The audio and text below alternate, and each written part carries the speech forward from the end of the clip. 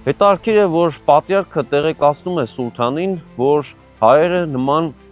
ինքնավարության նախագիծ են նախատեսել եւ այդ ամենը ստացվում է, որ նաեւ թուրքական իշխանության որոշակի հավանություններ ստանում, այսինքն ոչ թե այս բարենորոգումների իրականացումը, այլ որ հայերը պատվիրակություն կազմեն, ներկայացնեն խնդիրը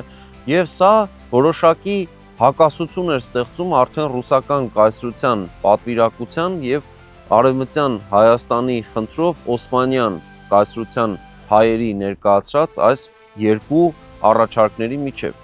եւ սրանով իհարկե բացատրվում է այն հանգամանքը, ինչու Օսմանյան իշխանությունները խրախուսում էին, արտաքուստ ասում էին, այո, խնդիր չկա, ներկայացրեք այդ հարցը, բնականաբար որևէ կերպ չնախատեսելով հայերի համար ինքնավարություն։ Նախագծի գլխավոր գործընկերն է Converse բանկը, ֆինանսական աշխարհի ձեր հուսալի գործընկերը։